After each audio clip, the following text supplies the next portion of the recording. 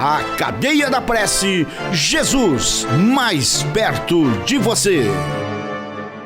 Então, no capítulo 31 do livro de Salmos, no verso 9, esse é um dos salmos em que Davi está rasgando o seu coração. Esse, o 32, o 51, e em alguns outros, de alguma maneira também. Isso tendo em vista o pecado horroroso que ele cometeu, que no meu ponto de vista, não foi nem um adultério, nem colocar na frente de batalha para morrer o seu melhor soldado.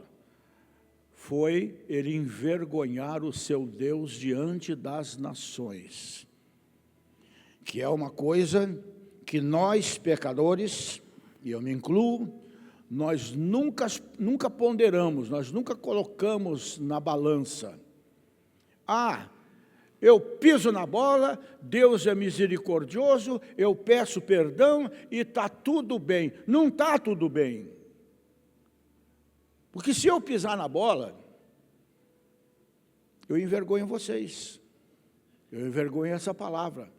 Mas, acima de tudo, eu envergonho o meu Deus diante de vocês, dos meus amigos, que nem crentes são, da minha família, então, nem se fala, e de todos aqueles que são inimigos do Evangelho e que torcem para a gente cair.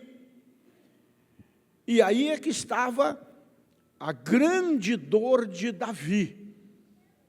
A grande dor de Davi, de ter traído um Deus que o tinha como um homem segundo o seu coração.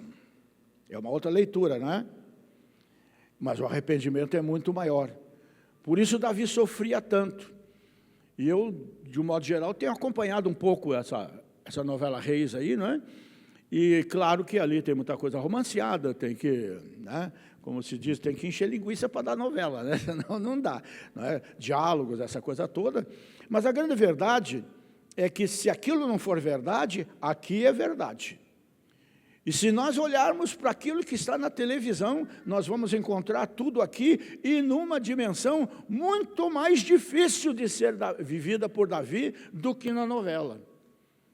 Porque quem peca é escravo do pecado. E não existe escravo feliz. Não é verdade? Todo escravo quer o quê? Liberdade, alforria.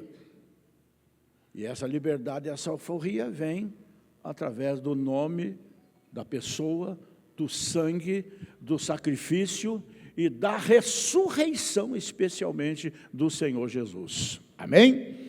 Então, lá pelas tantas, ele começa dizendo assim, né? Verso 1, em ti, Senhor, confio, nunca me deixes confundido, livra-me pela tua justiça. No verso 5 ele diz, nas tuas mãos encomendo o meu espírito. No verso 9, nosso versículo, tem misericórdia de mim, ó Senhor, porque estou angustiado. E aí ele fala de 3 setas, 3 flechas, 3 espinhos, que se cravam na nossa alma, no nosso espírito e no nosso corpo, quando nós estamos afastados de Deus e à mercê do inimigo.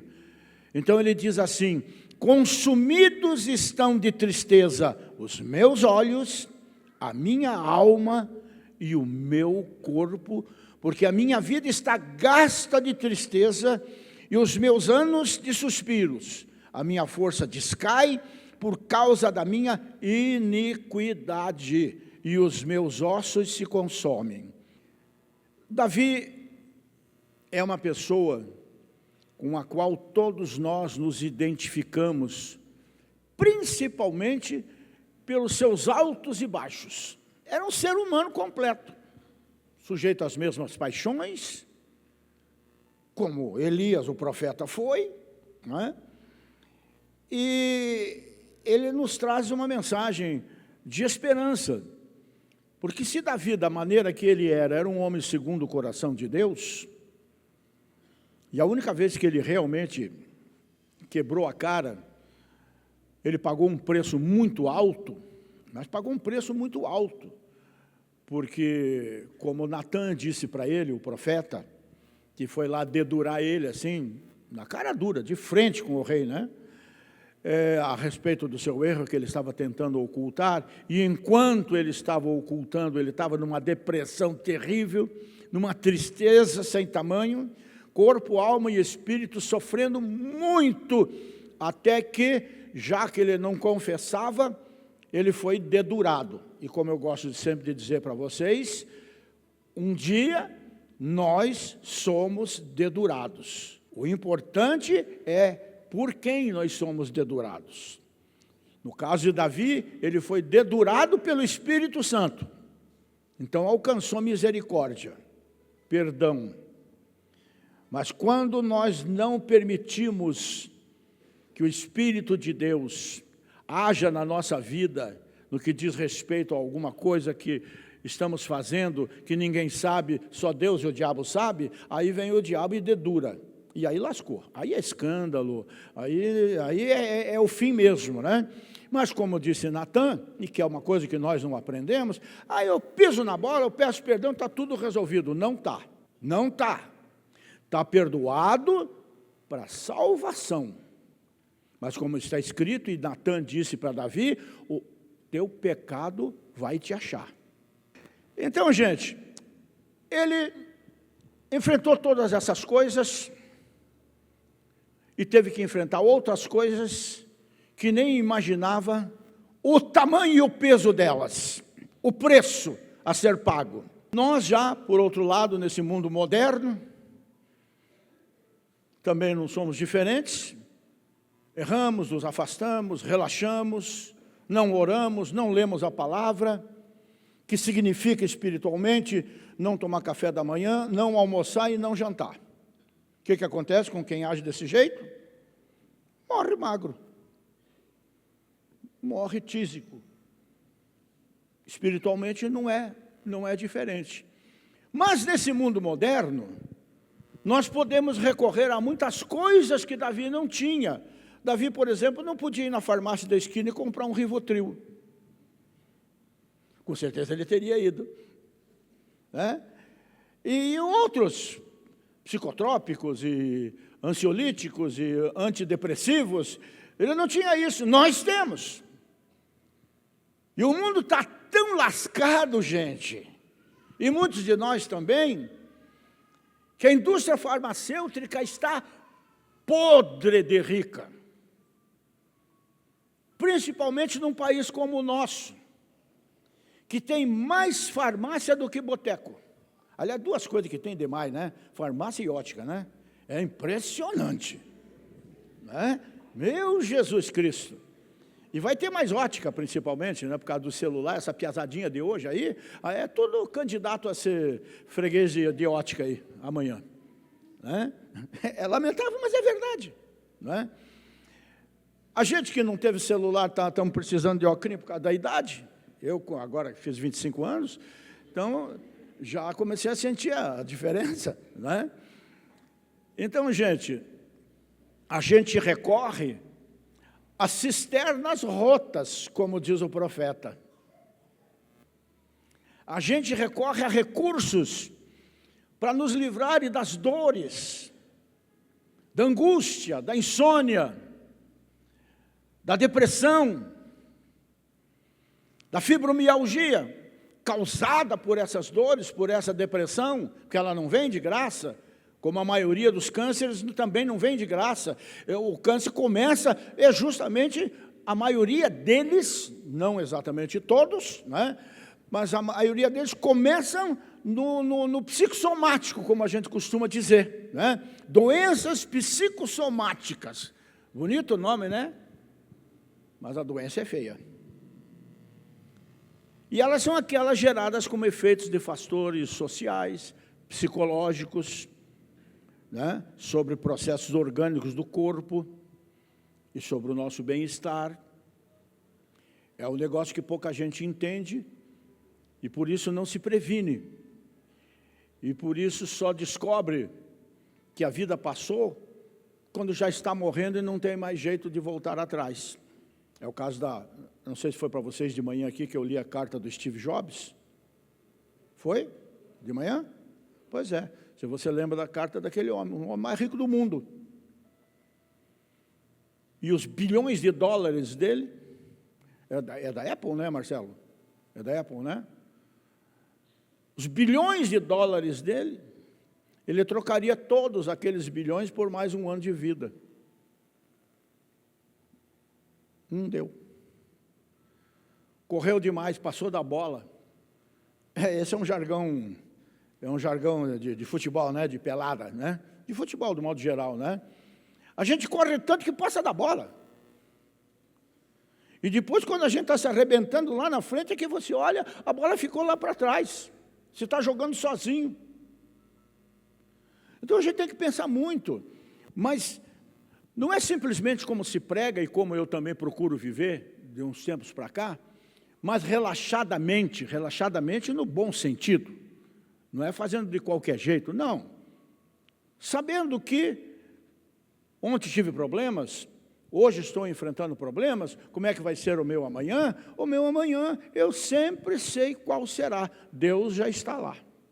É isso que eu tenho ensinado para vocês. Então, se Deus já está no meu amanhã, por que eu vou me arrebentar todo hoje, me preocupando com aquilo que eu nem posso resolver? Mas que se eu tiver intimidade com Ele, conhecer suas promessas e reivindicá-las como filho, eu vou receber? Por que então eu vou passar pela vida como um pé de alface? Nós fomos feitos para viver, gente. E a nossa vida está nas mãos daquele que nos deu a vida, porque nós não somos filhos de chocadeira. A nossa vida, aquilo que a gente cantava antigamente, gostava muito desse corinho, né? A minha vida está nas mãos, me lembrei meu sogro agora. Nas mãos de Deus, os meus problemas Deus resolverá. Nenhuma provação me desanima, a minha fé está em meu Jesus. Parece criancice, né? Não é não. Parece autoajuda? Não é não, é a ajuda do alto mesmo. E se nós não aprendemos a viver nessa dimensão espiritual, é simples assim, o nosso castigo maior será não viver. Ficar velho, ou às vezes nem isso, e se vê de repente vítima de qualquer coisa, sabendo que vai morrer, arrependido pelo fato de não ter vivido. Eu tenho um livro de uma psicóloga americana, que por anos ela conversava com família e tudo mais, explicava o seu projeto do livro. Eu não sei se é Antes de Partir o nome do livro.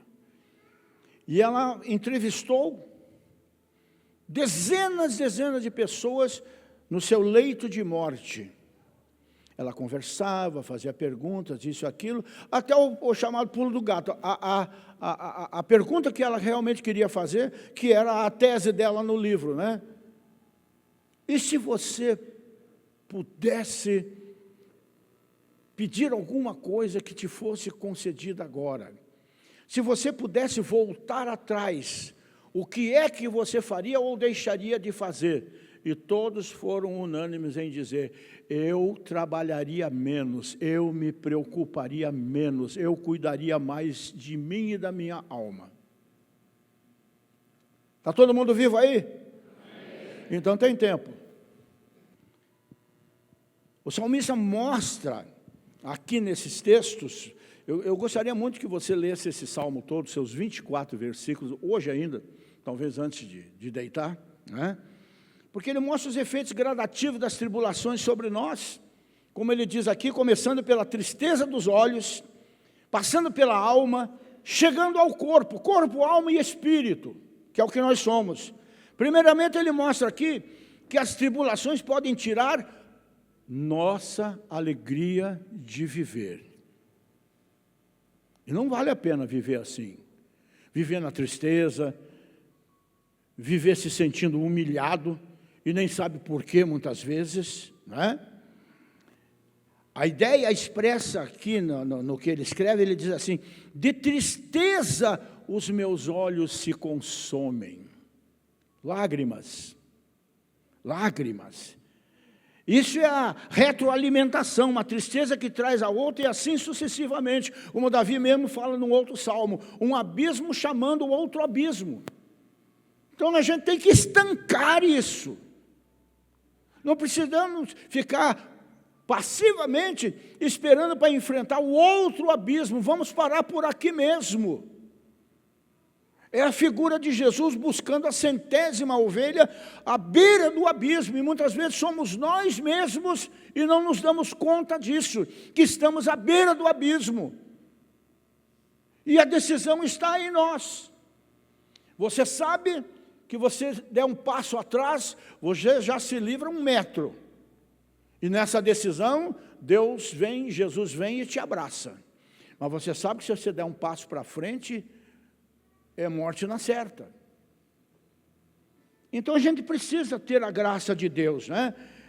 E ele explica de novo isso, essa sucessão.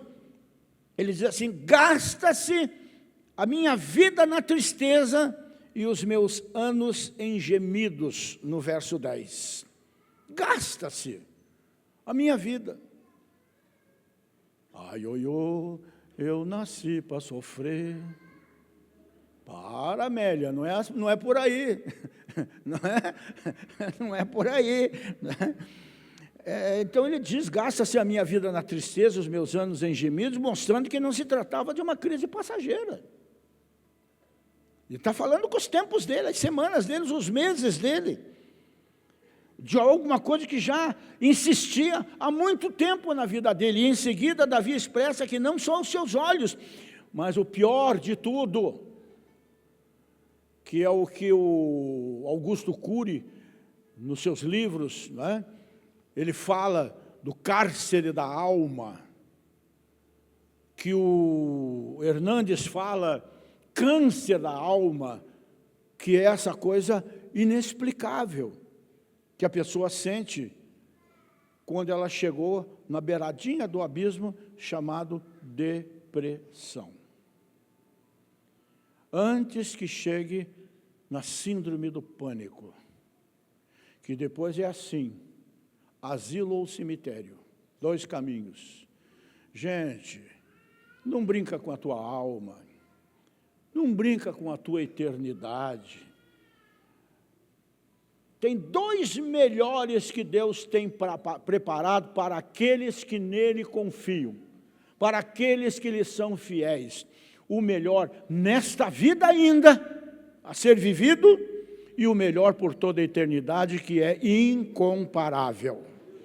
Portanto, gente, nós só temos essas alternativas: o melhor aqui, o melhor lá, ou as duas, o melhor aqui e o melhor lá também, desde que estejamos firmados e entender que a palavra de Deus vai se cumprir, eu seja bonito ou feio, vai se cumprir na minha vida, para o bem ou para o mal. Não vai permitir que eu perca a minha salvação, vai me perdoar para isso. Mas se eu plantei alguns pezinhos de alface no meu quintal, não vai nascer mandioca.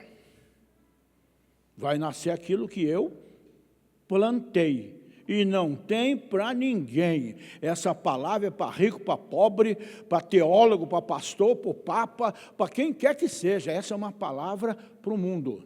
O mundo que foi amado por Deus, as últimas consequências, enviando o seu Filho para tomar o lugar desse mundo. E para que todo aquele que nele crê não pereça, mas tenha a vida eterna. Então está aqui a ideia da angústia que toma conta do coração, da mente, constituindo aqueles momentos que não temos nenhuma perspectiva de melhor de futuro. Nós temos. Se voltarmos atrás, se confessarmos, se nos arrependermos e se deixarmos de praticar. Porque arrependimento, gente, não é um problema de consciência. Arrependimento não é remorso. Arrependimento tem um sinônimo, é deixar de fazer. Senão não é arrependimento. Me arrependo aqui agora, choro com medo do inferno, isso e aquilo, e amanhã eu volto a fazer. Nunca foi arrependimento, foi só remorso. Né? Quando a tristeza atinge nossa alma, ela tira de nós a esperança, que é a primeira força que nos impulsiona para a vitória, e dificultando a nossa reação. Não perca a esperança. Nosso Deus é o Deus da esperança. Essa palavra é a palavra da esperança. Essa igreja é a igreja da esperança. Nós somos o povo da esperança. Amém, gente? E finalmente, Davi conclui aqui que a tristeza não consumia somente os seus olhos e a sua alma, mas ele diz aqui que consumia também o seu corpo. São as doenças psicossomáticas que se diz, causado pelo emocional. Está doendo, está morrendo, tem a sensação de morte, leva para o hospital, viram do avesso, fazem tudo contra exame, não tem nada, e tem tudo. Porque tudo aquilo que a ciência não consegue, e ela não pode mesmo, a ciência pode tratar do corpo, mas nunca da alma. A alma quem trata é o doutor Jesus. Então a alma causa essas dores, esses desconfortos, porque nós estamos, como eu ouvi uma vez uma mensagem, isso faz muitos, né? Põe ano nisso, né? O pastor dizendo para o povo dele, né? Num domingo de manhã como o nosso, né? Vocês vêm à igreja pensando que vão tomar uma santa anestesia para aguentar mais uma semana. Eu achei incrível isso, tanto que eu nunca esqueci. Não, isso aqui não é santa anestesia, não. Isso aqui, às vezes tem umas gororobas no meio que gente como eu não gosta de comer, mas que são as mais nutritivas. Né?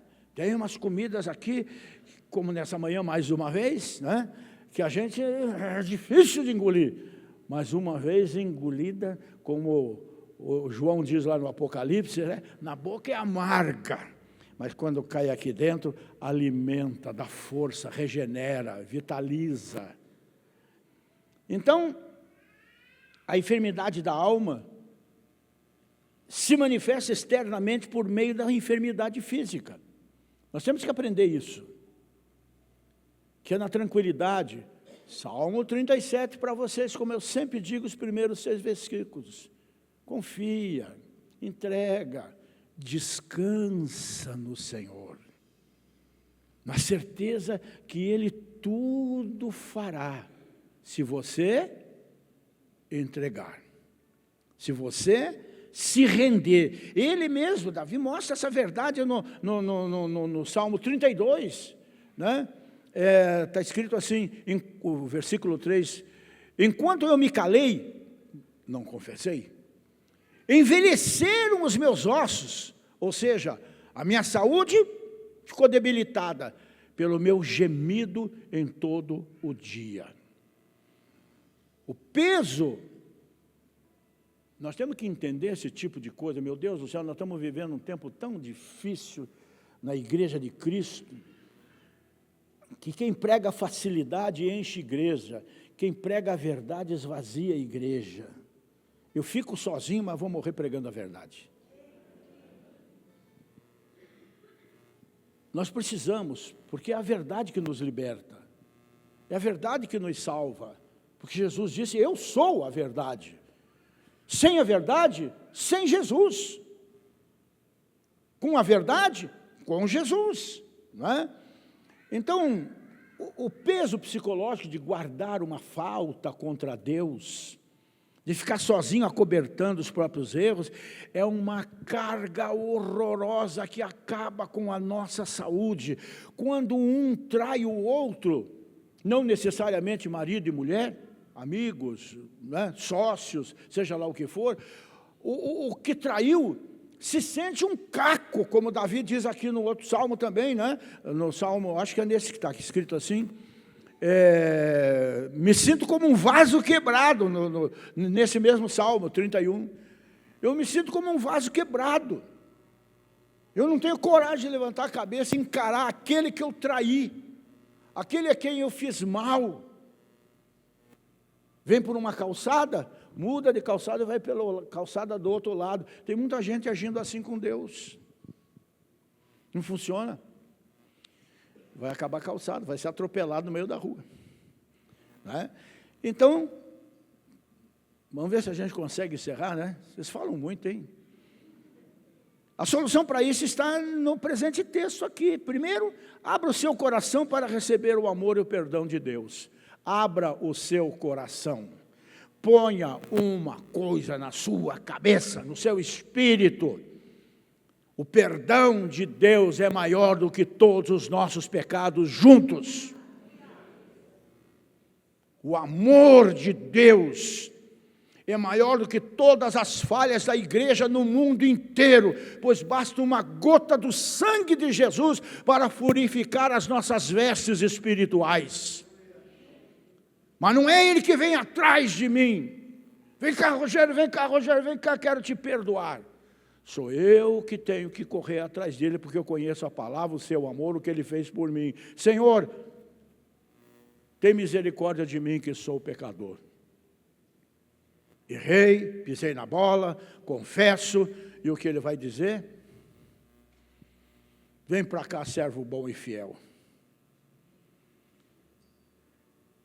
Então, gente, faça como Davi, colocando tudo na presença de Deus e clamando pela sua intervenção. Versículo que nós lemos. Compadece-te de mim, Senhor. Tem misericórdia de mim, Senhor. Como ele diz no Salmo 32, o Salmo seguinte, que é quase o mesmo Salmo, né? Pelo menos no seu sentido. Ele diz assim: confessei-te o meu pecado e a minha iniquidade não ocultei mais. Vamos sair daqui libertos. Não importa o que você fez. É a figura do pródigo. Não importa o que você fez, até onde você desceu. Volte para casa assim mesmo. Volte para a casa do Pai assim mesmo. Porque além do perdão, tem uma festa te esperando. Amém?